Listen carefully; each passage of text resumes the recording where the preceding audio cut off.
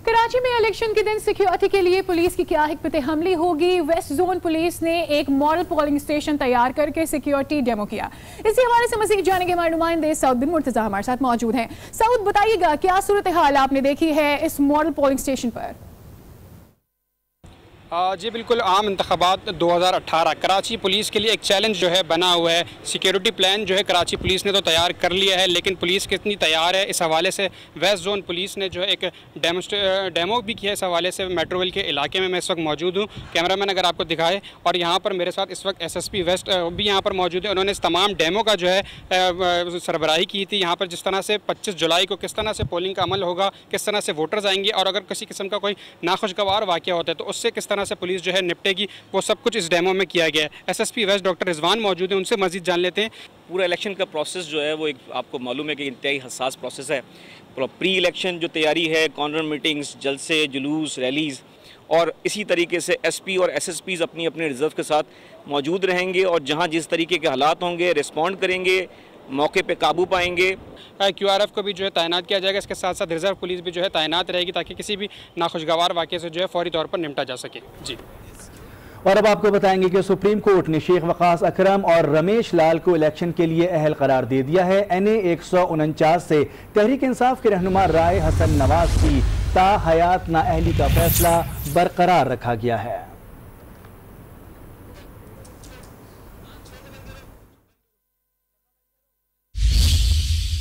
इंतखाबात 2018 के लिए कागजात नामजदगी से मुतल्लिक सुप्रीम कोर्ट में समाअत हुई।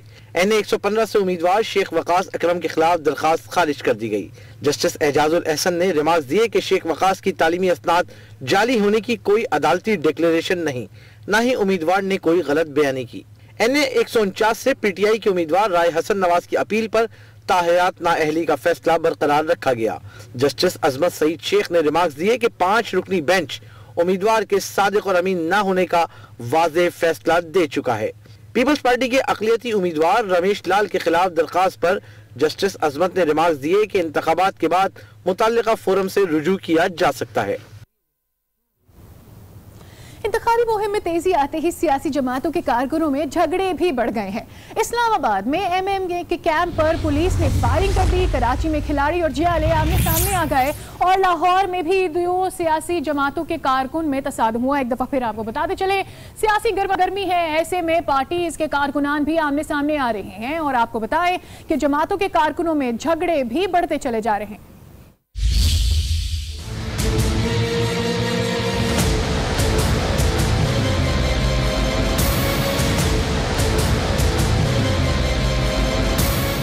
इंतखाबी मुहिम में तेजी क्या आई, सियासी पारा भी हाई हो गया। कहीं मुंहमारी, कहीं हाथापाई तो कहीं झगड़े शुरू हो गए। इस्लामाबाद का G10 सेक्टर, जहां MMA का इंतखाबी कैंप बंद कराने की कोशिश की गई, मज़ाहमत पर पुलिस ने फायर खोल दिया।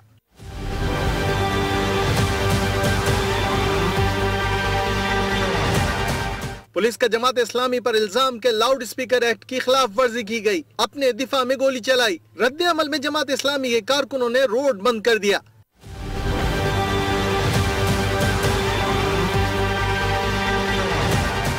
दूसरी तरफ कराची का इलाका लांडी, जहां खिलाड़ी और जियाले आ गए आमने सामने।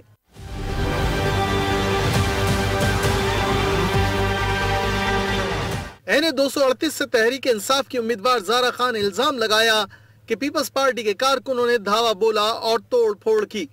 PPP वाले हैं और अनवर नाम के आदमी हैं, अभी पुलिस लड़कों ने उनको पकड़ के तो पुलिस के उनकी जो गन जरा छीन के किया है। तसादुम में रहमत अली नामी शख्स शदीद जख्मी हुआ। जख्मी के भाई का कहना है कि भाई का ताल्लुक किसी पार्टी से नहीं था। कौन सी पार्टी से ताल्लुक था रहमत अली का? किसी पार्टी से ताल्लुक नहीं। तहरीक इंसाफ के रहनुमाओं का इल्जाम कि फायरिंग करने वाला पीपल्स पार्टी का वर्कर अनवर अली था, जिसे पुलिस के हवाले किया गया, जबकि पुलिस का कहना है कि अनवर अली फरार हो गया।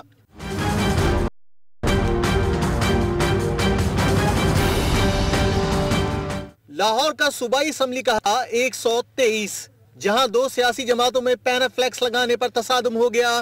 दोनों पार्टियों की जानिब से मुक्कों और घूसों का आजादाना इस्तेमाल किया गया। 3 कारकुन जख्मी हो गए। और सुप्रीम कोर्ट ने दहशतगर्दी के इल्जाम में सजा याफ्ता 3 मुलजिमों को 7 साल बाद बरी कर दिया है। अदालत उज़्मा ने मुलजिमान के खिलाफ सजाए मौत और उम्र कैद से मुतालिक हाई कोर्ट का फैसला कलअदम करार दे दिया है। मुलजिमान पर 2011 में बलूचिस्तान के इलाके सिब्बी में बस पर फायरिंग का इल्जाम था। मजीद बता रहे हैं अदील सरफराज। अदील, बताइएगा क्या तफसीलात हैं आपके पास इस सिलसिले में? आज सुप्रीम कोर्ट ने जिस तरह से खोसा की सरबराही में 3 रुकनी बेंच ने दहशतगर्दी के इल्जाम में सजा याफ्ता 3 मुलजिमान को 7 साल के बाद बरी किया है। जस्टिस आसिफ सईद खोसा ने दौरान समाअत रिमार्क किए हैं कि हाई कोर्ट का बहुत ऊंचा लेवल होता है, लेकिन हाई कोर्ट के ऐसे फैसलों को कैसे अहमियत दें, जिसमें उनका ये कहना था कि ट्रायल कोर्ट ने जिस जुर्म की सजा 10 साल रखी है उसकी 14 साल सुना दे, और हाई कोर्ट ने भी बगैर देखे ही ट्रायल कोर्ट के फैसले पर मोहर लगा दी है। जस्टिस आसिफ सईद खोसा ने कहा है कि हाई कोर्ट ने अंधाधुंध इंसाफ किया है। इंसाफ अंधा तो होता है लेकिन अंधाधुंध नहीं होता। जस्टिस आसिफ सईद खोसा ने कहा कि वकूआ में 12 लोग जलकर खाकसर हो गए, जबकि इन्वेस्टिगेशन, ट्रायल और फैसलों ने सब कुछ खाकसर कर दिया है। अदालत का ये कहना था कि इस्तेगासा मुलजिमान के खिलाफ जुर्म साबित करने में नाकाम रहा, जबकि मुलजिमान रहमतुल्लाह मुराद अली और अब्दुल रहमान को शक फायदा देते हुए आज अदालत ने बरी कर दिया है। जी बहुत शुक्रिया अदील सरफराज, तफसीलात बता रहे थे। बुलेटिन में शामिल करेंगे मजीद खबरें, लेकिन एक ब्रेक के बाद। आज के साथ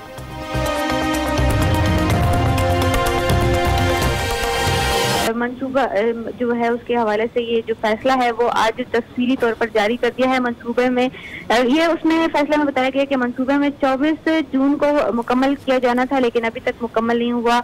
इसके अलावा जिस फर्म को ये ठेका दिया जाना था इससे कबल वो दूसरे सूबों में ब्लैक लिस्ट हो चुकी थी। मंसूबे की लागत 49 बिलियन से बढ़कर 67 यानी कि 66 बिलियन रुपए तक पहुंच गई। इसके अलावा दीगर मंसूबों के फंड भी PRT मंसूबे में लगाए गए हैं। इस हवाले से जो मजीद तहकीकात के लिए अदालत आलिया ने PRT केस की तहकीकात जो है वो नैब के हवाले कर दी है और उनको कहा है कि आप इसको मजीद इन्वेस्टिगेट करें। ठीक है, नैब के हवाले कर दी गई है तहकीकात और कहा है कि मजीद इन्वेस्टिगेशन की जाए। सबरानी अपडेट करें थी, आपका शुक्रिया।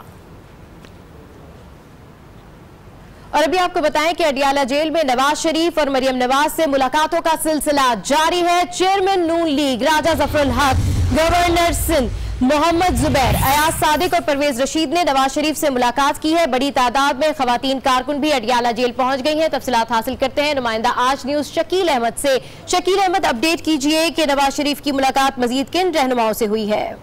जी, ये मुलाकातें जो है सुबह से जारी है और इस में जो अहम मुलाकात थी अब इसमें मरियम नवाज के साहिबजादे जुनैद सफदर और साबिक वज़ीर आला पंजाब शहबाज शरीफ की अहलिया नुसरत शहबाज और मरियम नवाज की बेटियां जो हैं वो भी इस वक्त अडियाला जेल पहुंच चुकी हैं। उनकी भी मुलाकात जो है वो शुरू हो चुकी है। इससे पहले अयाज सादिक ने मुलाकात की थी, राजा जफरुल हक जो चेयरमैन है पाकिस्तान मुस्लिम लीग नून के, उन्होंने मुलाकात की है। साथ साथ खुर्रम दस्तगीर और उनके वालिद गुलाम दस्तगीर खान वो भी मुलाकात करने वालों में शामिल है।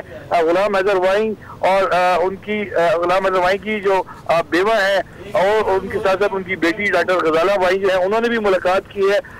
इसके अलावा आसिफ करमानी, परवेज रशीद जो है परवेज रशीद भी पहुंच चुके हैं मुलाकात, और परवेज रशीद ये मुलाकात अभी भी जारी है। इसके अलावा जो रावलपिंडी के जो रहनुमा है चौधरी तनवीर अली खान वो भी जो है वो इस वक्त मौजूद हैं, वो भी मुलाकात कर रहे हैं। इसके अलावा जो मियां नवाज शरीफ के जो कार्डियोलॉजिस्ट हैं डॉक्टर अदनान वो भी अडियाला जेल पहुंच चुके हैं। इस दौरान वो साबिक वज़ीर आज़म का मुआयना भी करेंगे। मुलाकातियों में वकला भी शामिल है? जी, वकला जो लॉयर्स विंग है रावलपिंडी वो मुलाकात के लिए आया था, लेकिन उनको अभी तक इजाजत नहीं दी गई थी साबिक वज़ीर आज़म से मुलाकात के लिए, उनको बाहर रोक दिया गया था। लेकिन अब इतलात है कि अब उनको जो है वो इजाजत मिल गई है और वो मुलाकात करेंगे। लेकिन ये मैं आपको बताता चलूँ, ये वकला की वो टीम नहीं है जो इवन फील्ड केस के अंदर या पनामा केस के अंदर इनकी जो है वो कानूनी मावनत करिए। ये लॉयर्स विंग है रावलपिंडी के, जो नून लीग लॉयर्स विंग के जो वकला है वो आए हैं, बड़ी तादाद में जो वकला है वो आए हैं, उन्होंने मुलाकात करनी है। इस वजह से हाल उनको अभी तक इजाजत नहीं मिली। अगर अडियाला जेल के बाहर की बात की जाए तो सिक्योरिटी के इंतहाई सख्त इंतजाम किए गए हैं। अजाफी नफरी को तैनात किया गया, जैमर्स लगाकर जो है मोबाइल सर्विस को भी जैम किया गया है। इसके अलावा जो पाकिस्तान मुस्लिम लीग नून के कारकुनान हैं उनकी भी बड़ी तादाद में आमद जारी है। अभी काफिला जो है मुल्तान से भी काफिला पहुंचा है, खवातीन का बड़ी तादाद में खवातीन उसके अंदर शामिल है और अडियाला जेल के बाहर मौजूद है और शदीद नारेबाजी की जा रही है साबिक वज़ीर-ए-आज़म नवाज शरीफ के हक में। जी ठीक है, शदीद नारेबाजी की जा रही है। अडियाला जेल में नवाज शरीफ और मरियम नवाज से मुलाकातों का सिलसिला जारी है। चेयरमैन नून लीग राजा ज़फरुल हक, गवर्नर सिंध मोहम्मद ज़ुबैर, अयाज सादिक और परवेज रशीद ने नवाज शरीफ से मुलाकात की है। तफसीलात से आगाह कर रहे थे शकील अहमद, आपका शुक्रिया। और अभी आपको बताएं कि आम इंतखाबात में सिक्योरिटी से मुतालिक सेक्रेटरी इलेक्शन कमीशन ने सेनेट की कायमा कमेटी बराए दाखिला को ब्रीफिंग दी है। बाबर याकूब का कहना है कि इंतखाबात के मौके पर सिक्योरिटी एक बड़ा खतरा है। कुछ हिस्सों में अमले को ड्यूटी ना देने के लिए धमकियां दी गई है। उम्मीदवारों, अमले और पोलिंग स्टेशन का तहफ्फुज एक बड़ा मसला है। इसकी मजीद तफसीलात हासिल करते हैं नुमाइंदा आज न्यूज राना तारिक से। राना तारिक, बाबर याकूब की ब्रीफिंग से मुतालिक आगाह कीजिए। जी बिल्कुल, सेनेट की कायमा कमेटी का इजलास जो है आम इंतखाबात की सिक्योरिटी के जायजा लेने के हवाले से आज अहम इजलास बुलाया गया था, जिसमें पाक फौज के तर्जमान भी इजलास में शरीक है। इसके अलावा सेक्रेटरी इलेक्शन कमीशन बाबर याकूब ने इंतखाबात के हवाले से तफसीली ब्रीफिंग देते हुए कमेटी को बताया कि इंतखाबात के मौके पर सिक्योरिटी का एक बड़ा खतरा मौजूद है। उम्मीदवारों का तहफ्फुज, अमले और पोलिंग स्टेशन का तहफ्फुज भी एक बड़ा खतरा है। 18,000 पोलिंग स्टेशन पर CCTV कैमरे लगा दिए गए हैं। ताहम ये जो पोलिंग स्टाफ है उनको बार बार सेट किया जा रहा है मुख्तलिफ इलाकों में कि आप पोलिंग की ड्यूटी से अंजाम ना दें, इनकार कर दें। इसके बावजूद हम हमारे सिक्योरिटी इदारे जो हैं वो हमारे पोलिंग स्टाफ को और पोलिंग के अमले को मुकम्मल तहफ्फुज दे रहे हैं। जहाँ जहाँ पोलिंग स्कीम बनाई गई है वहाँ पर मुकम्मल सिक्योरिटी इदारे जो है वो तहफ्फुज फराहम कर रहे हैं। तमाम खतरात जो है हर वक्त मंडलाते रहते हैं। कुछ भी कहना कबल वक्त होता है और कोई चीज हतमी नहीं होती। हमने अपनी तरफ से फुल प्रूफ सिक्योरिटी इंतजाम किए हैं, मगर सिक्योरिटी एक बड़ा खतरा इस वक्त आम इंतखाबात में तस्वर किया जा रहा है, क्योंकि मस्तूम में भी एक बड़ा वाकया हो चुका है, इसके अलावा पेशावर में भी हो चुका है और बन्नू में भी हो चुका है। तो ये एक उन वाकयात, तमाम उन वाकयात की कड़ी है और उसके साथ साथ हम ये अगर देखा जाए तो उसके हवाले से हमने सिक्योरिटी ज्यादा टाइट की है और हम चाहते हैं कि इंतखाबात जो है वो पुरअमन तरीके से हों। जी ठीक है, चाहते हैं कि इंतखाबात पुरअमन तरीके से हो। राना तारिक अपडेट कर रहे थे, आपका शुक्रिया।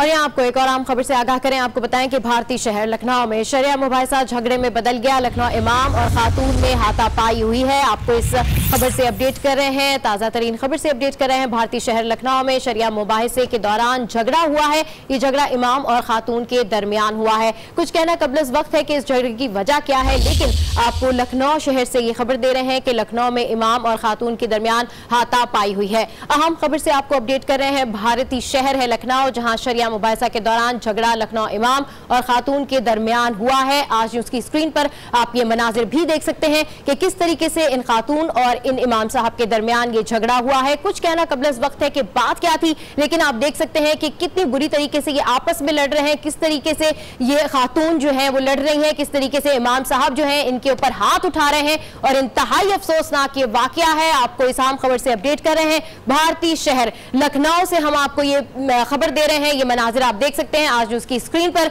लगभग ये कोई स्टूडियो है जहां पर ये इमाम साहब बैठे हुए थे और किसी बात पर इनको गुस्सा आया और फिर इन्होंने खातून के ऊपर थप्पड़ दे मारा है।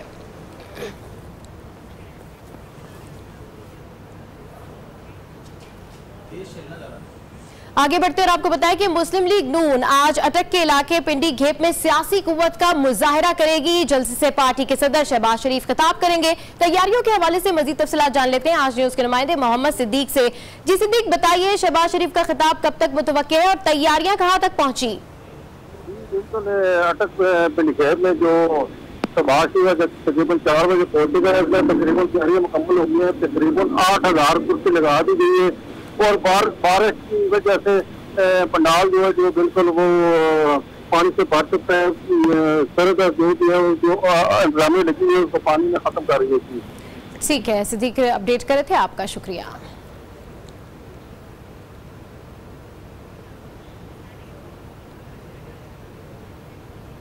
और अभी आपको ले चलते हैं अडियाला जेल, जहां पर परवेज रशीद अडियाला जेल के बाहर मीडिया से गुफ्तगू कर रहे हैं। करा दी गई है। आगे जिस तेज रफ्तारी से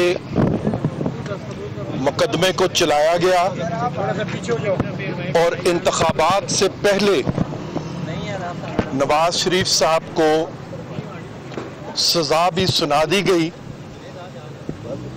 जबकि इसी तरह के दूसरे बहुत से मुकदमे भी अदालतों में ज़ेरे समात हैं। एहतसाब अदालतों में 2 मज़ीद साबिक़ वज़राए आज़म हैं जिनके मुकदमे ज़ेरे समात हैं। एक इंक्वायरी साबिक़ सदर की भी चल रही है और तमाम दुनिया के सामने उन मुकदमात को पसे पुश्त डाल दिया गया है। हत्ता कि एहतसाब अदालत ने पूछगिछ के लिए इमरान खान साहब को कल तलब किया था और इमरान खान साहब ने लिख के जवाब दिया कि उनके पास वक्त नहीं है, वो इंतखाब के बाद एहतसाब के अफसरान के सामने पेश होकर हेलीकॉप्टर के मुकदमे के जवाब देंगे। इमरान खान को ये सहूलत फराहम कर दी गई, वो इंतखाबी मुहिम चलाते रहे और एहतसाब अदालत में या एहतसाब के अफसरान के सामने पेश ना हो। अब सवाल यही है वज़ीर आज़म पाकिस्तान से, यही सवाल है तमाम दूसरे अहम ओहदेदारान जो पाकिस्तान के मामलात को निगाहदाश्त करते हैं, अहम जिम्मेदारियां जो पाकिस्तान में निभाते हैं, कि जो सहूलत इमरान खान को दी गई है वो पाकिस्तान के 3 दफा मुंतखब होने वाले वजीर आजम से क्यों छीन ली गई है।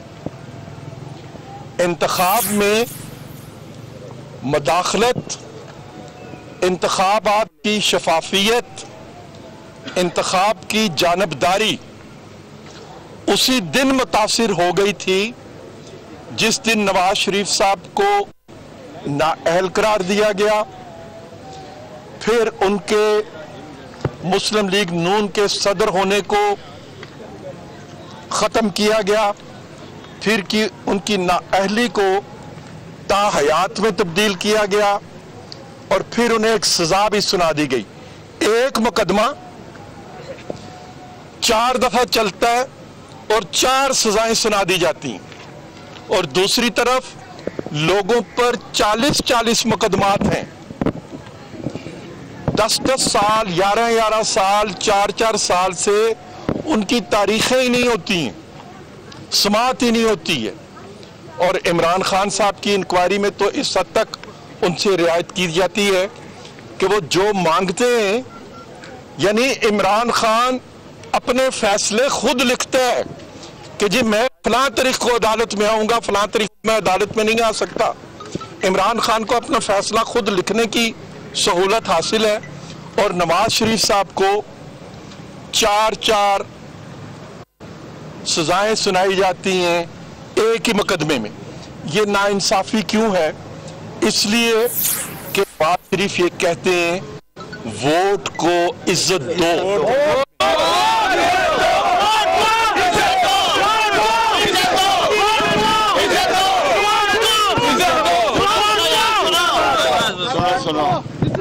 और वोट को इज्जत देने का मुतालबा करना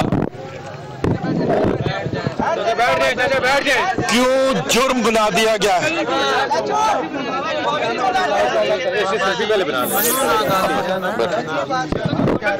वोट को इज्जत दो का नारा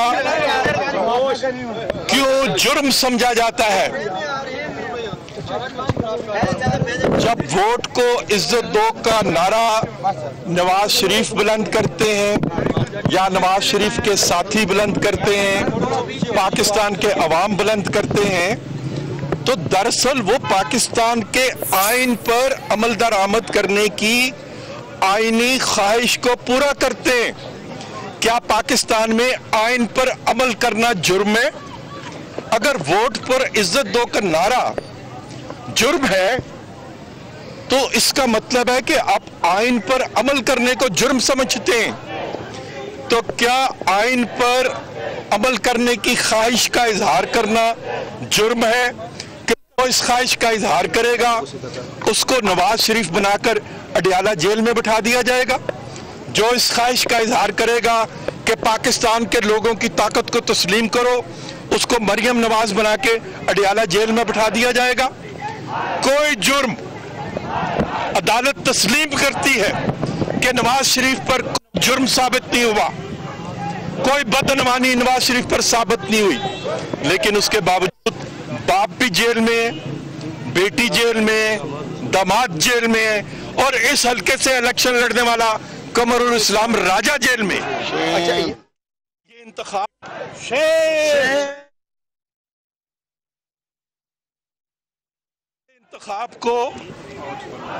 इंतखाब कहा जा सकता है, ये इलेक्शन नहीं सिलेक्शन करने की कोशिश की जा रही है। ये बताएं जी, मैं बताता हूं जी क्यों सिलेक्शन करने की कोशिश की जा रही है। भाई आपको इलेक्शन करने पे और इलेक्शन पे अरबों पर खर्च करने के और इन लोगों को तकलीफ देने की जरूरत क्या है? आप एक लिस्ट बनाएं और कह दें कि ये लोग नेशनल असेंबली के मेंबर हैं, आप एक वजीर आजम नामजद कर दें, आप एक काबीना नामजद कर दें। इंतखाबात का ड्रामा जरूरत क्या है?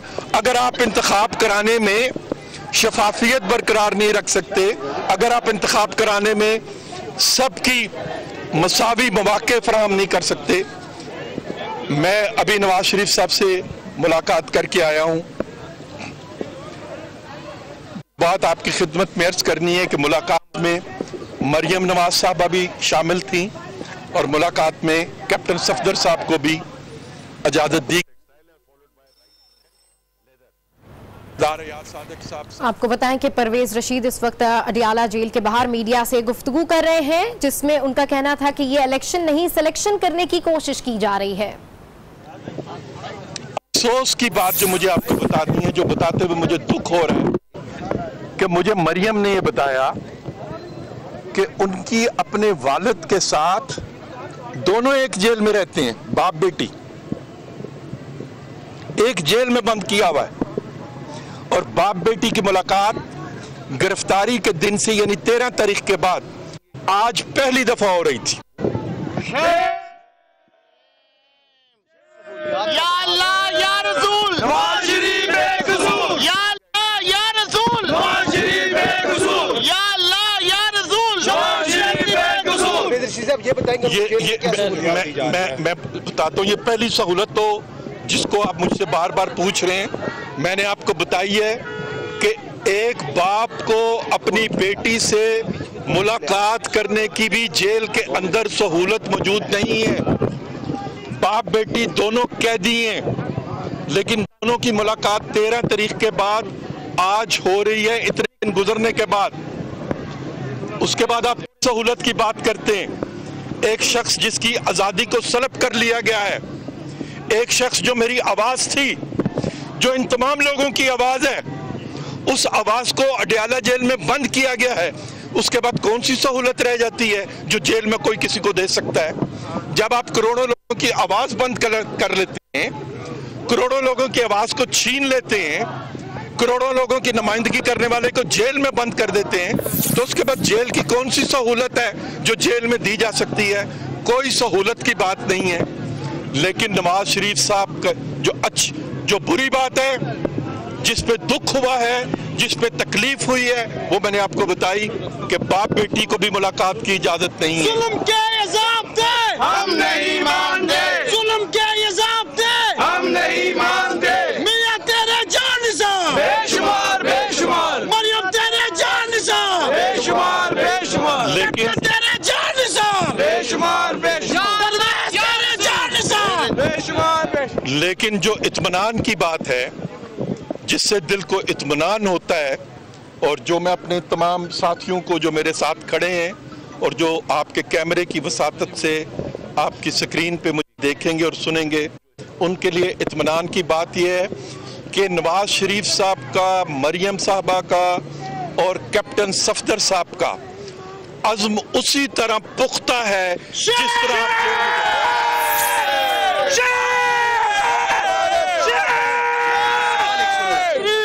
तुम्हारे साथ है।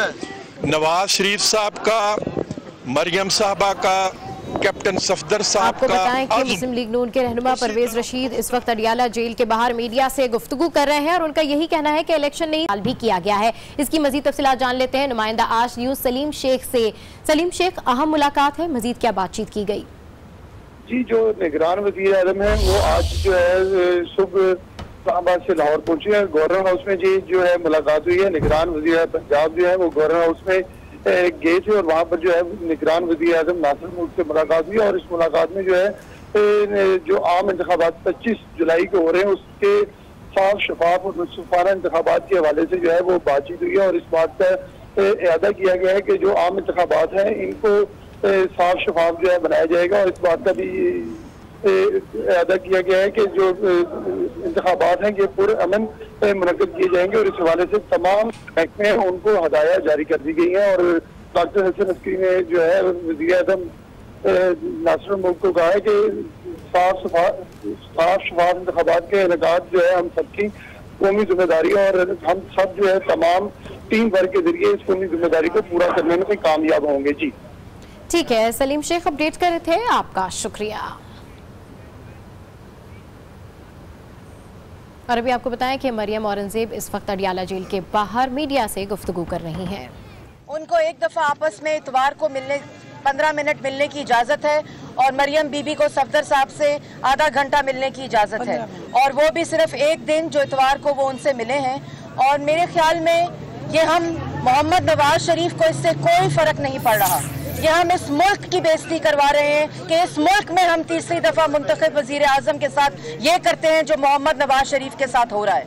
और एक ही जो पैगाम मोहम्मद नवाज शरीफ ने पाकिस्तान की आवाम अपने चाहने वालों को, और जैसे मैंने पहले कहा, वो ये समझते और बूझते हुए पाकिस्तान अपनी बेटी के साथ वापस आए हैं। उनको पता था कि उनके साथ यही सलूक किया जाएगा, लेकिन उनकी जिंदगी का मकसद अब कुछ और है। उनकी जिंदगी का मकसद वोट को इज्जत दिलाना है और यही पैगाम उन्होंने अपने तमाम वोटर्स, पाकिस्तान मुस्लिम लीग नून के तमाम सपोर्टर्स जिनके दिलों में वो रहते हैं,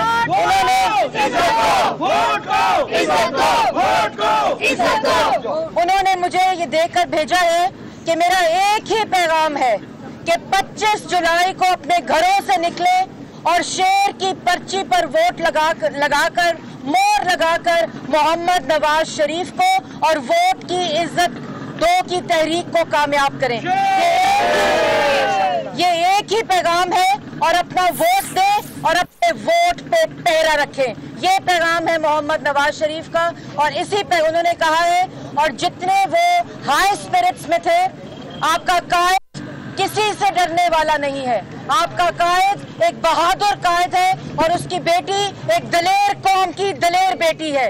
और उन्होंने एक ही पैगाम दिया है कि बिल्कुल न घबराएं, अपने वोट पे पहरा रखें और 25 जुलाई को सब लोग अपने घरों से निकलकर पाकिस्तान मुस्लिम लीग नून और शेर की पर्ची पर वोट मोहर लगाएं और पाकिस्तान मुस्लिम लीग नून को तारीखी फतह, कायद मोहम्मद नवाज शरीफ को तारीखी फतह इंशाअल्लाह इस तरह सुरखरू करें कि वो तमाम लोग, वो तमाम साजिशें, वो तमाम रुकावटें देखती की देखती रह जाएं और पाकिस्तान मुस्लिम लीग नून को एक तारीखी फतह हो और वोट को इज्जत दो। और एक और बात मोहम्मद नवाज शरीफ ने कही जो मैं आप लोगों को बताना चाहती हूँ कि उनकी सिर्फ एक गलती है, उनका सिर्फ एक कसूर है कि उन्होंने वोट को इज्जत दो का नारा लगाया है। और उन्होंने कहा कि इससे भी बुरा सलूक करें, इससे भी ज्यादा जुल्म और ज्यादती करें, मेरा एक ही नारा है कि वोट को इज्जत दो, वोट को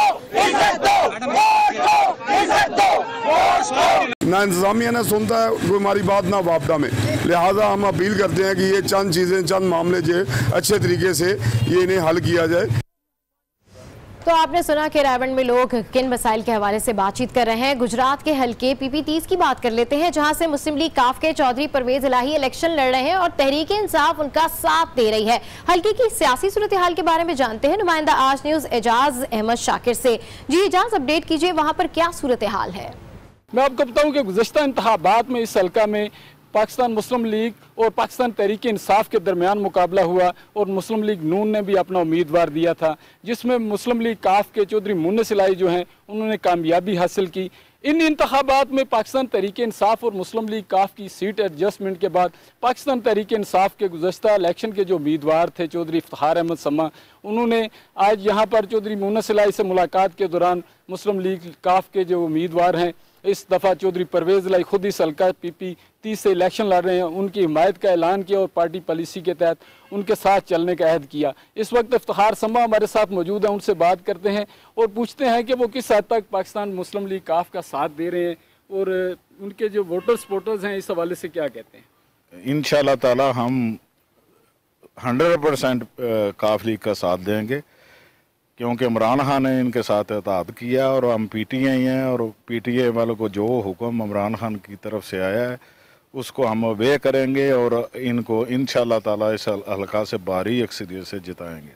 जैसा कि आपने यहाँ के वोटर्स के भी तासुरात सुने, इनका ये कहना है कि इस हल्का में PTI के बहरान से थके हुए हैं। ये जो दो नाम नहाद सियासी जमातें हैं जिन्होंने पंजाब की सियासत को यरगमाल रखा था, जिनका ज़ाती लड़ाई है, जिनका नज़रियाती लड़ाई नहीं था और जिनका सियासत एक ही है, जिनका पॉलिटिकल फ़िलासफ़ी एक ही था, जिनका इकोनॉमी पे फ़िलासफ़ी एक ही है, जिनके इंतहा पसंदी और दहशतगर्दी पे फ़िलासफ़ी एक ही था।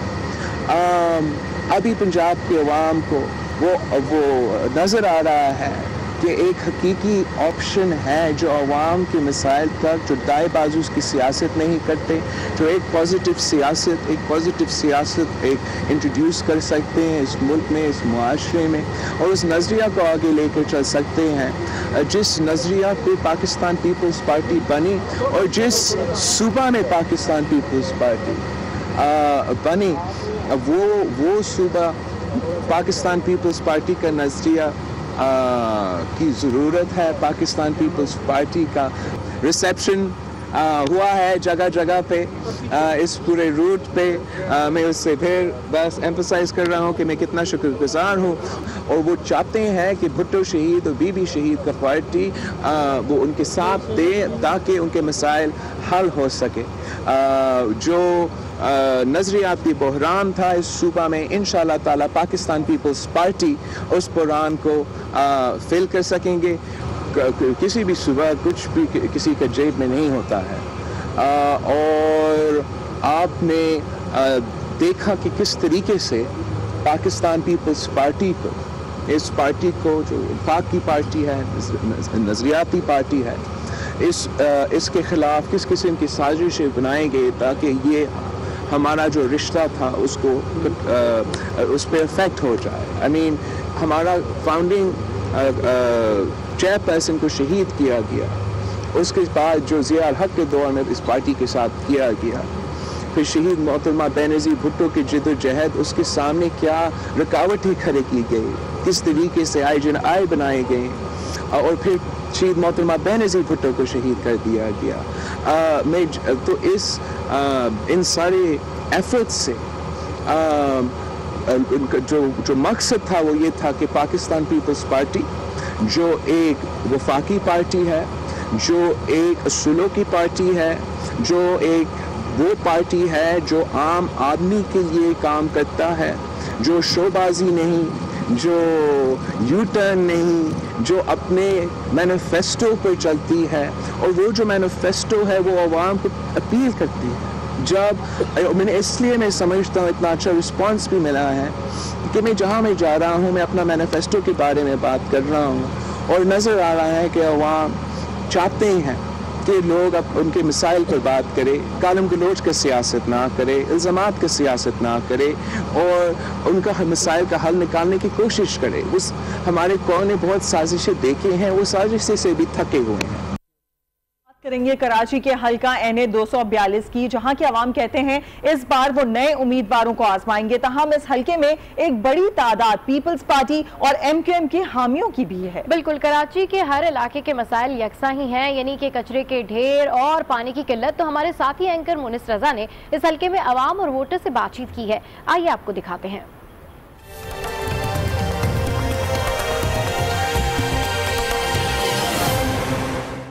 जी, इस वक्त हम मौजूद हैं हल्का NA 242 के इलाके मच्छर कॉलोनी में। ये इलाका सोराबगोट से मुत्तसिल है और यहाँ पर इस वक्त हम मौजूद हैं मुत्तहदा मजलिस अमल के इंतखाबी दफ्तर पर और यहाँ से उनके उम्मीदवार असदुल्ला भुट्टो साहब हमारे साथ मौजूद हैं। अस्सलाम वालेकुम असदुल्ला भुट्टो साहब। अस्सलाम रहमतुल्लाह।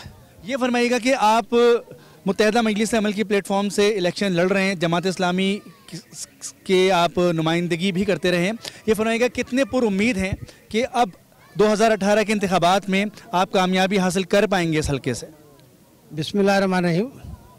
मैं इस वक्त मुत्तहदा मजलिस अमल का नुमाइंदा हूँ और मेरा निशान किताब है और ये हमारी 5 जमातों के मुश्तरका इत्तेहाद है और एक रजिस्टर्ड इत्तेहाद है। ये जो इलाका है इससे मैं पहले भी 2002 में मुंतखब हुआ था और यहाँ के लोगों ने अल्हम्दुलिल्लाह मुझे वोट भी दिए थे और मोहब्बत का इजहार भी किया था। अब भी मैं यहाँ जब इलेक्शन के लिए निकला हूँ तो मैं अल्लाह का शुक्र अदा करता हूँ कि यहाँ के लोगों ने जिस वालिहाना मोहब्बत का इजहार किया है मैं उसको भूल नहीं सकता।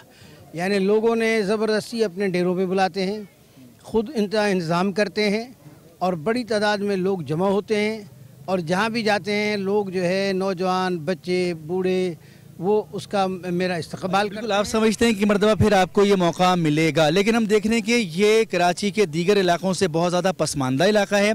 यहाँ के मसाइल बताने की ज़रूरत नहीं है, मसाइल नज़र आ रहे हैं। तो आप सबसे पहले कौन सी बुनियादी चीज़ों को एड्रेस करेंगे?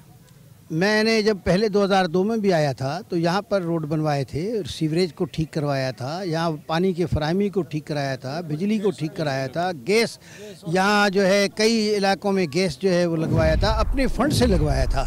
और यहाँ फ़कीरा गोट है, शर गोट है या यहाँ दूसरे गोट हैं, उनको उखाड़ रहे थे और वो जो है बिल्डर माफिया के हवाले कर रहे थे। हम ही वहाँ खड़े हो गए कि नहीं, ये गरीबों के इलाके हैं, इनको नहीं जाने देंगे।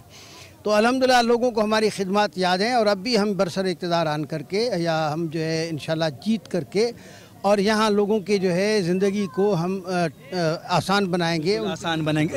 इसी के साथ साथ मैं ये भी जानना चाहूँगा कि आप इस मैदान में अकेले नहीं हैं, NA 242 में और भी जमातें मौजूद हैं। क्या समझते हैं कि आपका मुकाबला किससे है और आप क्यों कामयाब हो जाएंगे इतनी सारी जमातों के होते हुए? असल में बाकी जितनी पार्टियां हैं वो महदूद हैं मुख्तलिफ ज़बान बोलने वालों के हद तक, और यहाँ पर जो है पश्तो बोलने वाले भी हैं, यहाँ सिंधी बोलने वाले भी हैं, यहाँ उर्दू बोलने वाले भी हैं, यहाँ पंजाबी और सराइकी और दीगर ज़बानें बोलने वाले भी हैं। मुत्तहदा मजलिस अमल का हर इलाके में लोग मौजूद हैं, जबकि बाद लोगों का जो है वो सिंधी इलाके पे ज़ोर है, बाकी इलाकों में नहीं है। बाद लोग पश्तो इलाके पे ज़ोर लगाए हुए हैं, बाकी इलाकों में नहीं है।